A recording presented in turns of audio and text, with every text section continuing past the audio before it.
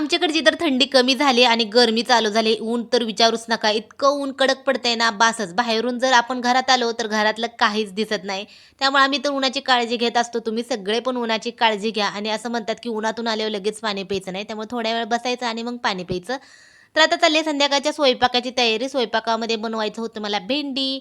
तर भेंडीला स्वच्छ धुवून घेतली, कट केली आणि आता थोडंसं वाफवून घेत असते आणि नंतर फोडणी देते. तर इथं तव्यामध्ये बघायचं काम चालू आहे. तव्यामध्ये माझा टी-शर्टच्या थोडासा म्हणजे टी-शर्टवर थोड्याशा टिकली वर्क आहे, तर ते त्याच्यावर दिसत होतं. आम्ही दोघं बघून थोडंसं हसत होतो. नाहीतर तुम्हाला वाटेल तव्यामध्ये आम्ही काय बघतोय आरशात बघितल्यासारखं. तर असं असतं थोडंसं टाईमपास करत काही ना काहीतरी करत स्वयंपाक चालू असतो माझा. संचितचं पण असते मध्ये आधी लुडबुड.